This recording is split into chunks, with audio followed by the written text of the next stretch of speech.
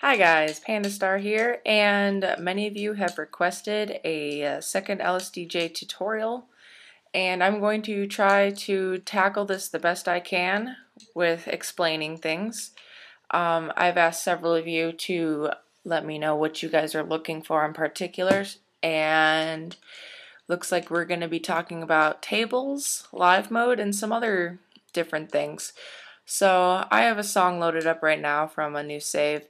I just spent a lot of time trying to configure my gamepad because live mode is easier to do on a Game Boy for me and not on a keyboard, and the gamepad is the closest thing I can get to an actual Game Boy.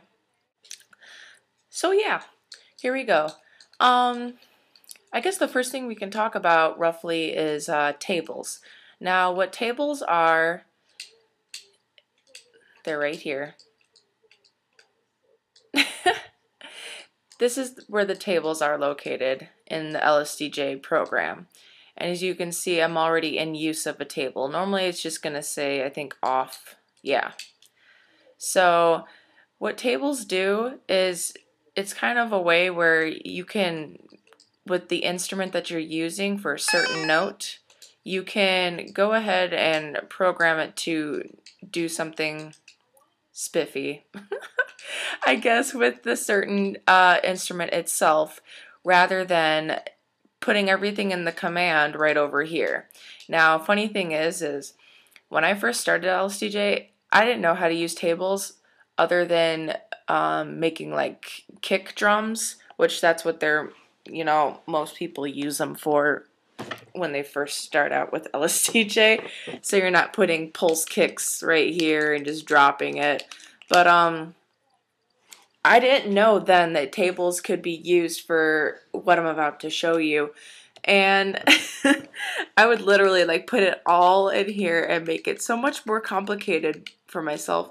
Seriously, when I first started doing this, I made things so much more complicated. I had someone look at one of my save files because I was trying to make like triplet notes and stuff like that, and I was literally putting like delays on each like instrument to make the triplet like work right. Or like, let's say I was doing a different time signature, there's an easier way of doing that. And I would literally just put it all out, mapped out here, and make things worse for myself and make myself frustrated. So I'm going to go ahead and show you that there is an easier way to do all these different things. So as you can see, let's make sure this is loud enough. Now, as you can see, this instrument kind of has a nice little like downward arpeggio, and it's just an instrument. There's nothing else going on here, and that's because it's the table that's making it do what I want it to do. And that's what the table looks like right there. So, now what exactly all this means, I am still learning today. As you can see, you can change the different volume settings of the note that you're using right here. You have transposing, that's over here, and you have two different commands that you can enter in. This one's a groove, and this is the hop 2. The groove I like to use when I'm doing transposing because, I like using grooves during transposing only because it allows you to make different like arpeggios, or like in certain songs I'll have like really extensive like note work going on in this area, and I'll put the groove like all the way over here, and it's just like I'll just have to play like one note, and everything is kind of configured. But the problem with that is it gives you less to work with when you're outside of here, and you gotta like manually go back and like do everything else again. So this is just a simple little arpeggio, and the hop 2 allows it to repeat itself. So if I didn't have this here, it would just kind of, oh, I guess it is working that way. Whatever. It's because I have them all in this area. So that's what would happen if I didn't have the hop 2. But here, I'll go ahead and show you. There you go. So it kind of keeps repeating it, and since my envelope isn't, you know, all the way up here. The note is ending. Let me go ahead and put all this back in. Why is this is so weird on emulators. I hate using LSDJ on emulators.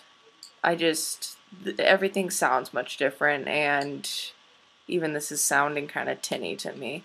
So, if I didn't have a groove command in here, it would kind of like smash it all together, which is a cool sound, but not what I chose for this song.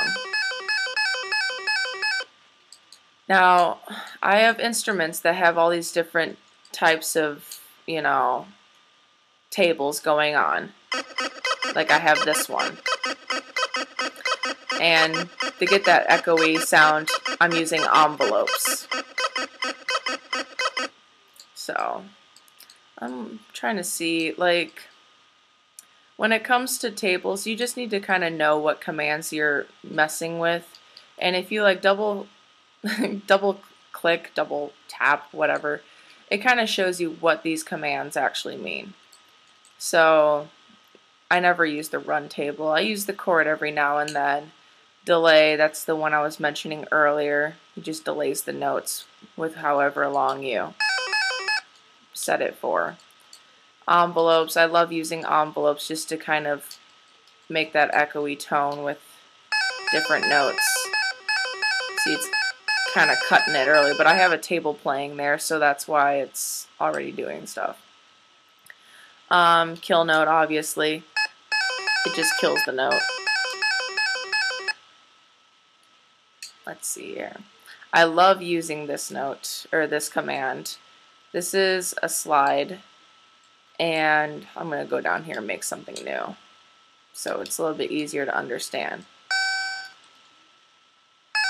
I do not want something with a table, though. There.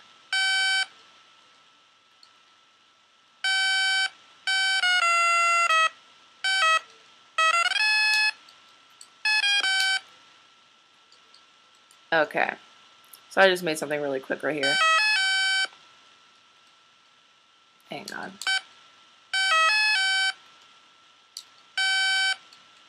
Whatever. Okay, so that slide, where did I want to put it? It obviously is doing what it's telling, or like mentioning. See, it kind of like swoops up to the note, and my favorite time to use them is, like, let's see here. I like using them when I'm doing stuff like this.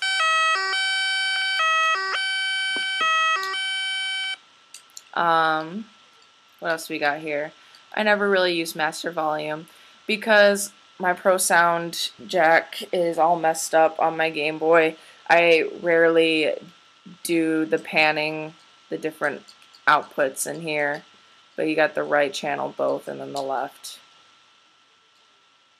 That's the pulse, and obviously down goes down. Retriggering is actually really fun if you kind of get used to it, but retriggering, here we go, let's do this. Stop it. That's what retriggering does. I use a lot of retriggering in like the noise channel with whatever I'm working on. I don't even know. What is life? Tempo. I only ever use the set tempo when I want to make sure it stays on a certain tempo without switching over, because a lot of the time I manually do all the tempo changes in live mode. But like if I want it to keep, like, almost like it's like a, for me, I use it as kind of like a guideline for whatever I'm working on. I know that the tempo is going to be, you know, at that pace then and there. Vibrato, yay! You can kind of hear it.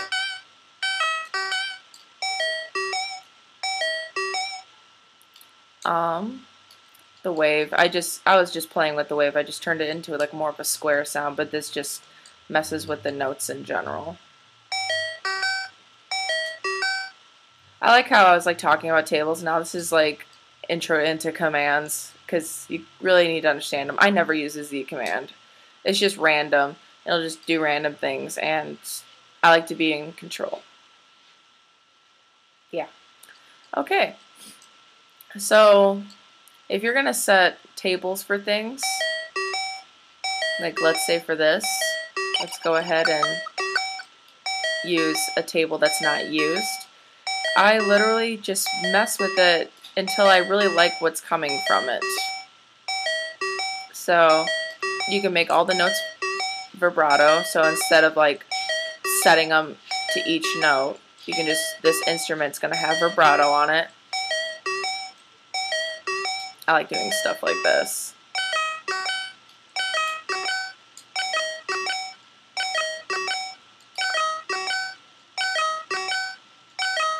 And let's say we put that hop 2 in there. See, that made something neat. I'd probably use that somewhere. But yes, most of the time I really have no idea, like, really how to explain a lot of these different techniques. Like, I know a lot of people are just like, you know, like, how do you do this? How do you do this? I literally just throw them my save file because I don't know how to properly explain like what I'm doing other than I'm just like, okay, that makes a nice sound. I like that. That sounds good with this song.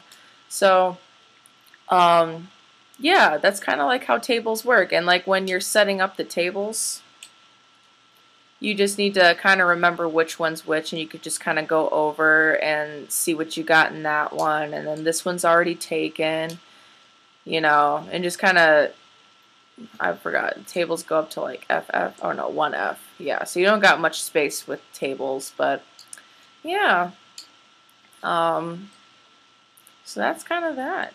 I don't even know what this is.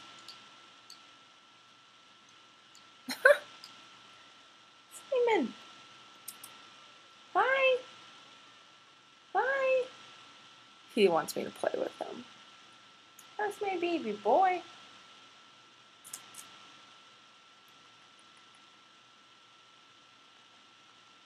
Stop looking at it. Come over here. I can't reach you.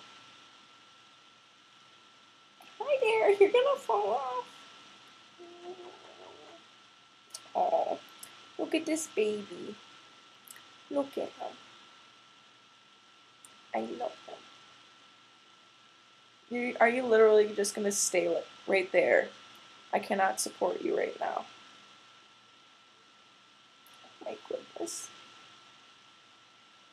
I can't handle it. Ah! Please don't fall asleep. Why don't you watch Netflix? I got Bridalplasty on, your favorite show. Or would you rather play Minecraft? He really loves Minecraft. He doesn't like the noises from Grand Theft Auto 5, though. Huh.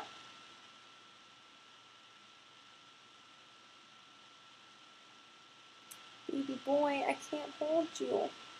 I can't. I'm sorry. I'm sorry. I know you want snuggles. I'm sorry. I'm sorry. Okay. So the next thing we're going to kind of brush over is live mode.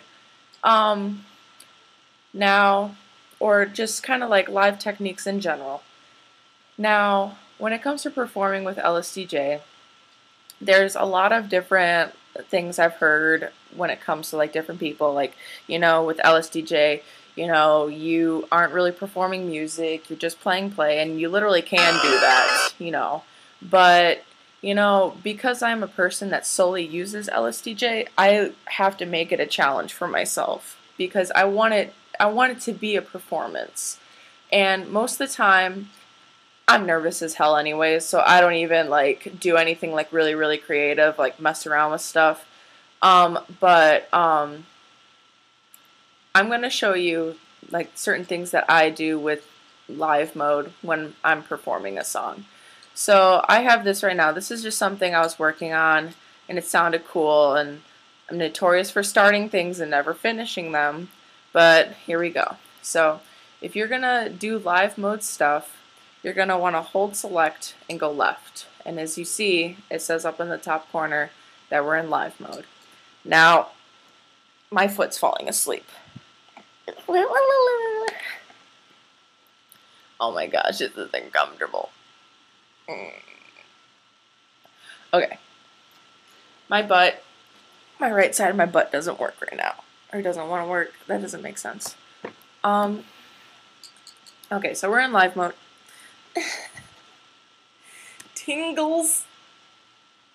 Pins and needles. Leave me alone.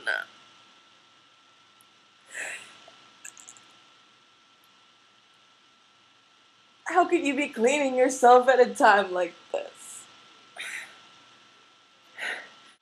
Okay, better. Alright, we're in live mode. And with this song, like, normally when I am making songs, I play with a lot of different things in live mode because it also helps me think about what I want to, like, fill in, because obviously this is an unfinished track. And when I even start tracks, I normally either start at the very beginning, or I'll just go ahead and make the chorus or whatever. So with this right now, I have this up here, and I'll kind of show you on the screen with like what I'm doing. So I want this pulse to start, and you would hit start in order to play it, alright? Alright, so now I'm going to cue this one.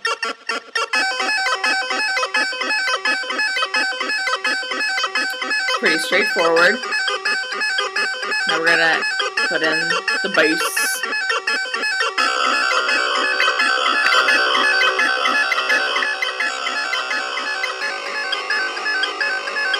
I'm gonna go and put in this stuff.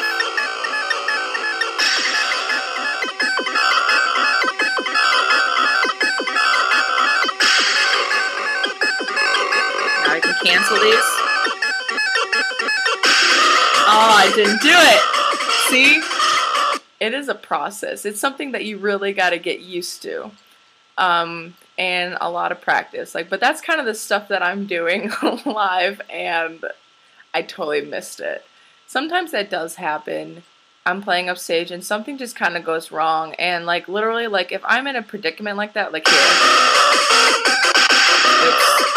Gotta be in live mode. Okay, let's say this is going on, and I'm like, oh crap. You can by pressing start twice, you see it blinks faster. Sorry, that's really loud, and I can't handle really loud noises and talk at the same time because I will get louder and I can't hear myself think. So with double tapping this start button, you'll see that it blinks faster. I don't know how to show you here other than it's doing it.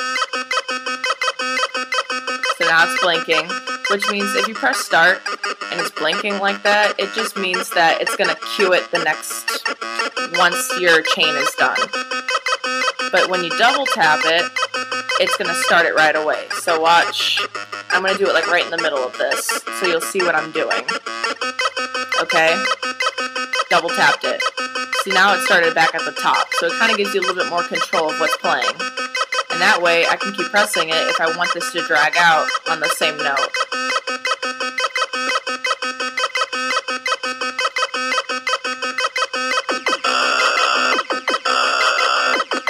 So I can just do stuff like that.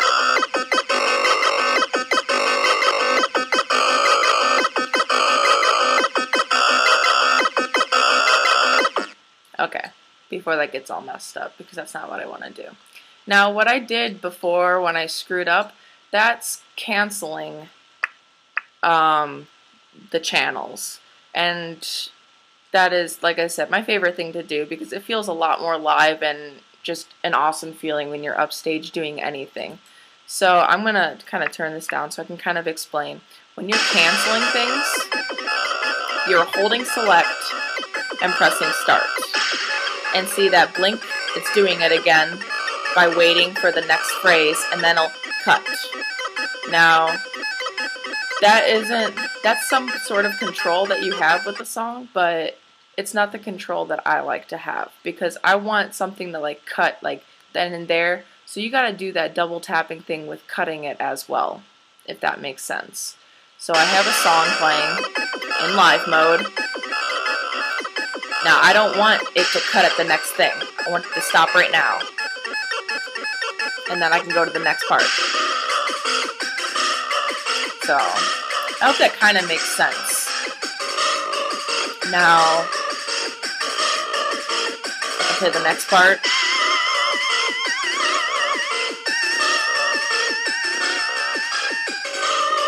And I can go ahead and cut this. Oh, see, it went to the next part. I don't like that. Stop it.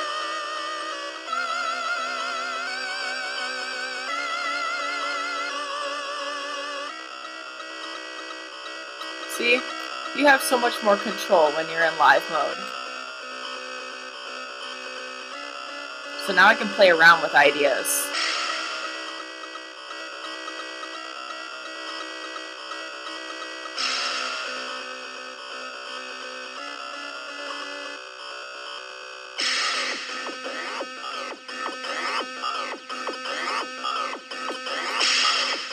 See? So that's kind of like what I'm doing up on stage with like live mode.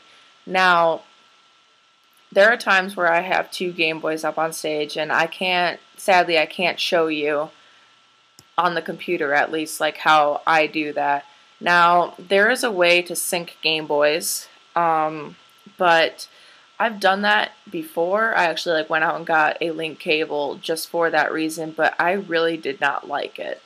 Again, I'm a control freak, and I need to have complete control when I'm playing live, or else I'll feel meh. Now, if you're gonna go down that whole route of syncing 2 Game Boys, this is where you'll end up being with the link cable.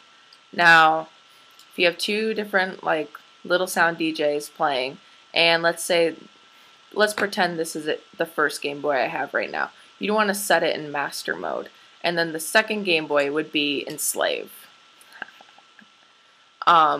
But again, I like to have the control. So like, let's say I had something else going on in a different wave channel, I would just wait and kind of listen by ear. You know, I'm bopping my head, trying to like, I guess, get on the beat.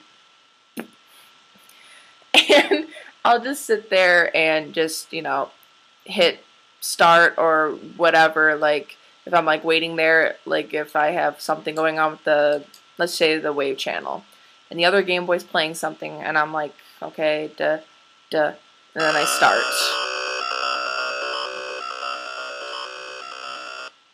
So I'm gonna load something else that has not a tempo change, sorry. Yeah. I'm gonna load something else that has something that I like to do a lot in different songs, which is increasing the tempo to something, you know, quicker. Now, is it on this one? Sorry, I gotta look through all my jazz now, which I don't think it is. This is a slower one, and that's where it starts picking up. Yeah, I know I didn't put it on there, but maybe I didn't save it. Okay. Anyways, this is the song I'm working on, and I'm going to finish fairly soon. But the song is very, like, you can see over there that the tempo is at 100. But I want to kick it up to 150, which is that unsee kind of fun tempo. So this is, I'm going to go fly through this song like how I would on live mode.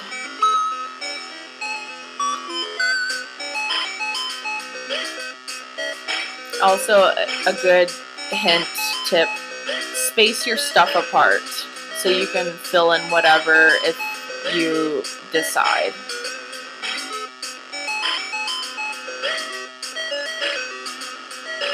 I used to mash it all together, and then everything got so much more confusing, especially when showing people like what I'm trying to do. But I have like more areas to do stuff this way.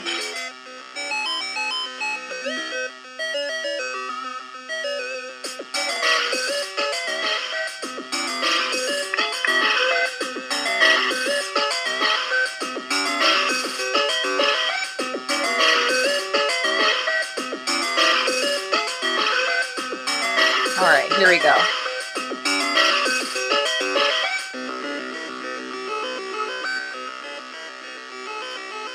right.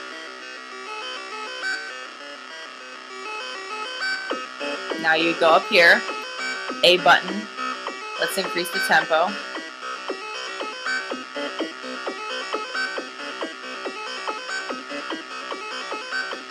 All right, now I can start the next part.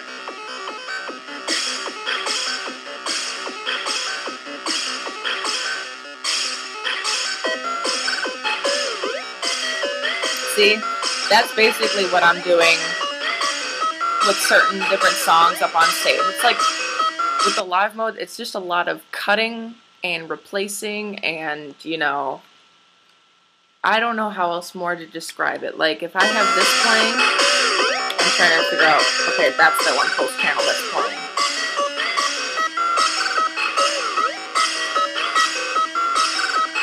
But I don't want that to play. There we go. I'm going to play the thing that's over here, but I just put it down here so it's easier for me to get to.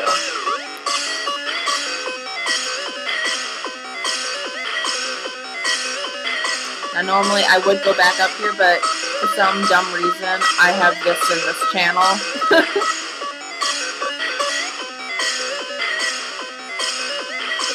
But yeah, I mean, now let me say something. Don't feel bad if there's certain places where you have like a streaming amount of notes and you are just, you know, pressing start. Like, back when I first started, I was just told that that was dumb. But in the end, you're creating something and you're showing people. And a lot of people do go that road. And sometimes even like in my music, I'm doing that too. And a lot of the time, I'm just dancing along with the music because I do like to dance. And if I had everything like this, it will be hell to perform that live because you need to be watching. And a lot of the times I am doing that because that was always like a self-conscious thing in my head, is like when I would, you know, search forums in 8-Bit Collective, it was just like, you need to be doing it this way or else you're not performing. But in the end, it's music. It's electronic music at that. People need to put it in song mode if they want to add something else to it because it is hard to concentrate on 2 Game Boys when they look like this. And I have done that. And I did that at Breakfest, the first year that it started, and I remember freaking out backstage because I didn't know how I was gonna, you know, handle just both, because it was my first like real big chiptune, you know. I mean, I had another chiptune show, but that was like local shows, but this was like chiptune artists from all over that were playing. So I was nervous. I wanted to like wow people and just be like accepted in the community. So I just like wanted to really impress people, but all I have are Game Boys. I don't have synthesizers and, you know, all this other stuff that I don't even understand now. So I just really wanted to like wow people, and in the end, I'm in the back room and I'm freaking out, and I just cut a lot of it from my set in general because I just wanted it to sound good. And a lot of the times with 2 LSDJ, in my mindset, like, it's like you don't want a song to just stop. You want it to kind of continue into something else, just like what DJing basically is. But in the end, it's whatever. These are songs. This isn't no mix or anything like that. And it's however you want to put yourself up on stage, because in the end, the community will appreciate you for what you are doing and what you have created. So that is my little live mode. Now, what else were people talking about that they wanted me to show them? Ooh.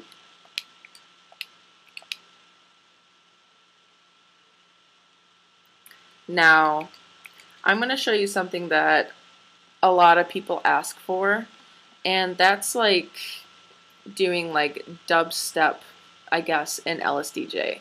Now, dubstep, like, to me, like, when you're doing like when you say like dubstep, I'm thinking of a person on whatever they're using and messing with like an oscillator or something. Unless you have a modded Game Boy, you do not have that option. And you gotta like pre-make it out. So, oh, my LSDJ just farted. Excuse you. So yeah, you have to like lay out everything in a chain. So, and it can get kind of annoying because you have to literally go back and do different instruments and with different, what's it called?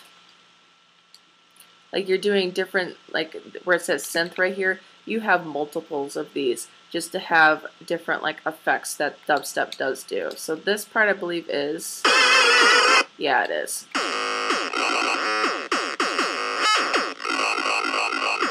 So dubstep-esque. But as you can see, this 00, that's just my kick. But here are the different notes that I have, just doing just one like oscillating type of dubstep, whatever. That's just a regular note, and then there's that. Oh, that's just that same note. Same note. So that one's slower, but then I'm just using regular notes. And then the sliding that I showed you earlier. I just like that sound. And you'll notice it in everything that I do. So in order to achieve dubstep, you must know open heart surgery. I'm joking. But seriously. It's a headache. That's just the regular note. Let's look at this one. Now, as you can see, compared to the 8 instrument, this one's in manual, which is just playing just the note. Now, in order to have that dubstep kind of sound, you need to be like in a loop or like the ping-ponging. It's whatever you kind of like feel is more comfortable, like whatever sound sounds the best to you. And I have it in a different synth because that's going to matter what's up here. Now, all dubstep really is when it comes to Little Sound DJ is this right here. I mean, you are messing with things up here, but this is really important.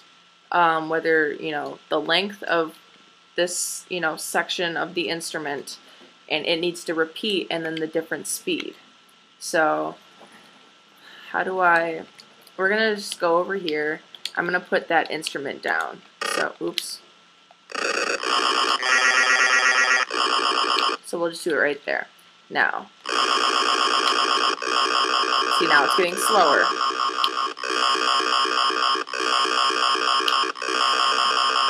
Now the wobbles are getting tighter. Now it's slowing. And this is going to make it sound choppy towards the end because that's just the length. See? So you are literally, I guess manually you could do that, but that would make me freak out. I wouldn't be able to handle that kind of stress. So you are doing this, but with separate synths, because if you go and mess with this synth, now everything's going to sound messed up with the synth that you had up here. That's not the right one. Where is it? See, now it's messed up. And you don't want that if you're messing around with the whole thing. So you gotta do different instruments if you are doing, you know, different stuff with the wobbles. So like I'm gonna go ahead and make a brand new instrument. See, now everything's back to 0. I don't know what's in this one. Okay, that one's a brand new one. So we're going to go ahead and put it in a loop. This is like the default. What before, that was the default for a new instrument in the wave channel. So let's see here. Let's mess with it.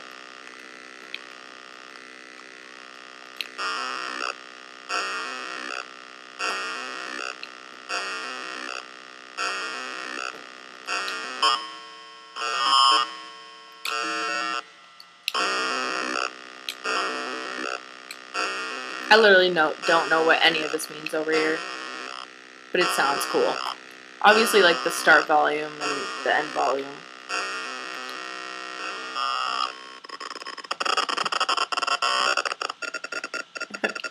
Oh no, don't quit on me. So now we have something. We need to shorten the length a little bit. Let it repeat itself. See how it, differs? Now we can shorten the speed.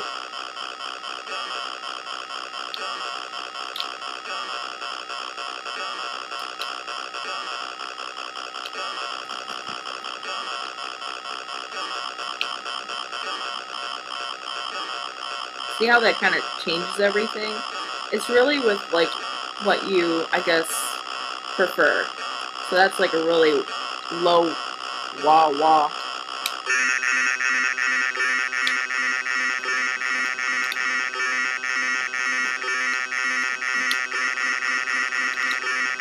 So that's, I guess if you were to do it live, you could do stuff like this.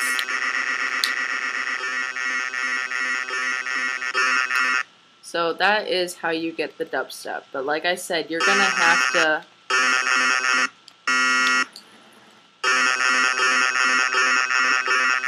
Okay, so let's see here.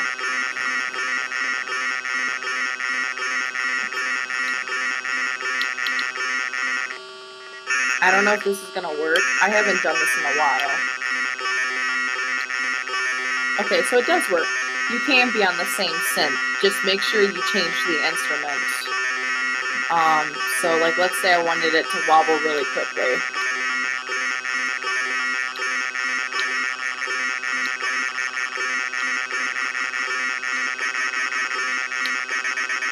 There you go. So that's how you kind of would do that.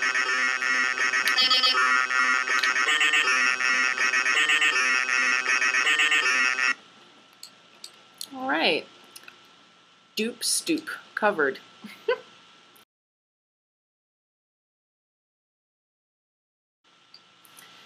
Okay, another thing I just thought of. We're gonna load a whole new file for this. Now this is something, in the beginning of this tutorial, I mentioned something about like tempo changing now and how I did it the dorky way. If you hear rattling in the background, that is Simon playing with his toy. We got him one of those cat toys where like it's like that circular thing and there's a ball in the middle and it goes around and it lights up and you sprinkle catnip in the center part so they go crazy. But he's bored right now, so I want to get him more toys. I wanted to get him like a 6-foot cat tower because I really want to get those things that you stick on the walls, but like I'm nervous about replacing the drywall. It's not that hard, but I don't want like something to like not be secure and then he falls and hurts himself, because cats don't always land on their feet. Gosh. Alright, so tempo changing, or different tempos in general. Now this is all going to go back to that hop2 command. Now I have not experimented with any other tempos other than kind of like I guess you could say like a 6/8 or like 3/4 tempo, because those are the only ones I'm really comfortable with. So we're gonna go ahead and make a instrument.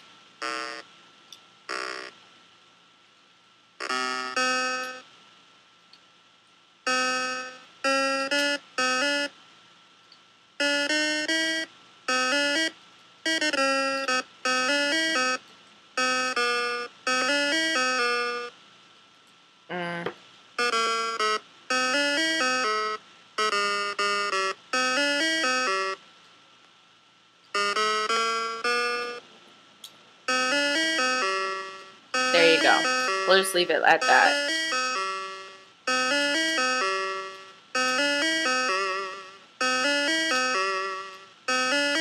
Now, right now it's still in that 4/4 because that's just the default with Little Sound DJ.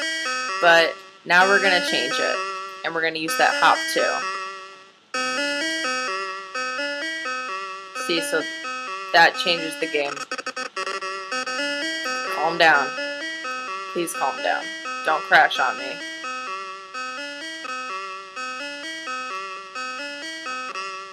Sorry, he is going nuts.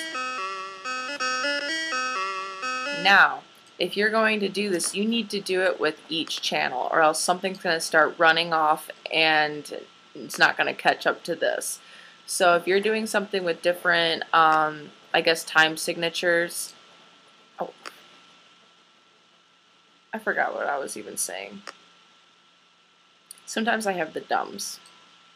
Don't do drugs. Yeah, you're going to have to do that with each, you know, section that you make in a chain, as well as each channel, because you're going to have things running off and they're not going to be syncing properly. Now, so I have this playing. I'm going to, that's kind of like, in general, what you're doing. That's just it, you know. Now, this is something I just recently learned too, is the groove. I know, I'm catching up.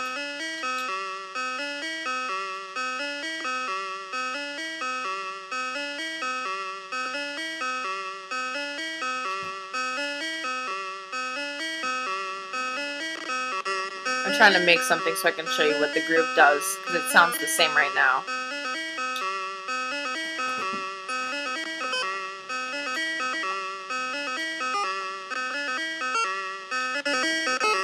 But my LSDJ is now freaking out.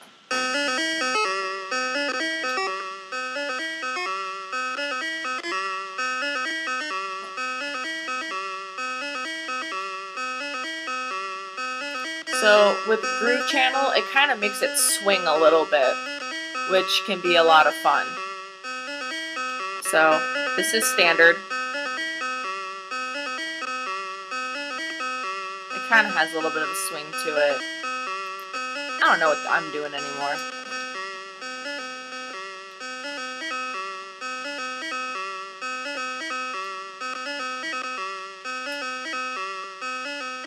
Now it really is messing up.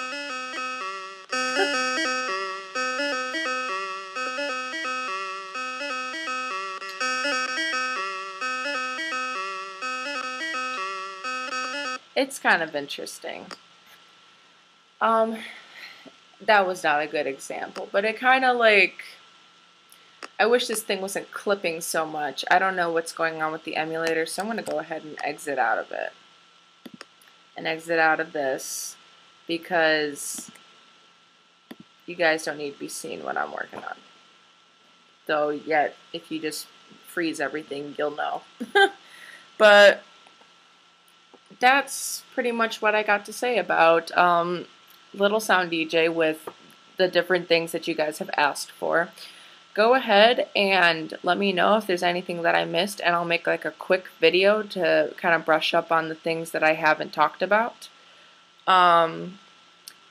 But as for like, just like someone mentioned, just how I just make music in general, like I guess just how I come up with things. And I guess it has a lot to do with the fact that I was, you know, in orchestra for all of my life. I played the violin for like 12 years. And with doing that, it helped me dissect into different sections on like, you know, what, you know, goes where. And that is like perfect for LSDJ, because when I was in orchestra, you had, you know, your sections, like you had like the violin 1, the violin 2, you had viola section that would complement the violin 2, because violin 2s did a lot of like harmonizing, violin 1s did like solos and melodies, and then you'd have kind of like the background, like the bass, which would be the cello and the bass, and it would kind of alternate. Now, I am terrible at the noise channel, and it shows, because I will just have things repeating. And that is solely because I think it has a lot to do with the fact that I was in orchestra, and I just was more like about melodies and stuff like that, or melodies and harmonies. As for how I come up with things, I really wish there was an easier way to like just explain, but I I will mess with things. Like sometimes I will start out with a bass line, or just like kind of like how I showed you with when I was doing the LSDJ like live mode stuff. I will start out like at the beginning messing with tables, and I'm like, oh, that sounds good, and then just the notes just kind of come to you. And a lot of it that I do is just live mode, and I'm like, oh, that would sound great right here if I kind of like cut it and did this weird thing there. And you know I wouldn't stress too much for people that are just starting out, because it literally will take me months to years to make something. And that is because LSDJ is a lot on your mind. For me, someone, who's like ADD, like I can't focus on it for a very long time, or else I start getting headaches, or I want to do something else. So literally when I'm working on albums, or just new songs in general, I will have 5 of them that I'll work on at once, because, I just can't focus. Now, my problem with that is, and a lot of problems with techno music in general, is a lot of things will start to kind of bleed together. And that just happens, There's only so many notes and so many chord progressions that you can do. So for people just getting into chiptune and using Little Sound DJ, just play with ideas. Don't be afraid to do anything, try messing with stuff in the noise channel, or like make something glitchy, like, because it'll become something. And it what matters most is it's something that you made, that came from you. And I wouldn't be so hard on yourselves. And that's one thing that I struggle with, is I'm so hard on myself when it comes to just music. And I should really give credit for what I've created, but I don't. I am really down on myself when it comes to writing music, and I just want to tell you guys that that's just not the way to go. Don't burn yourself. If you have nasty criticism, just whatever. Like, just work on yourself, just for yourself. Simon really wants my attention. He's grabbing my hands as I'm talking to you guys and pulling me under the table. So, I guess that's really what I'll have to say. Yes, just, again, let me know if there's anything you want to have touched up on. And I need to pay attention to my cat right now, because he is wanting lovings. So, this is PANDAstar. I hope you guys enjoyed the video, and feel free to ask me any questions or ask me for just any type of advice. I am more than welcome to help with anything. So, I'll see you guys later.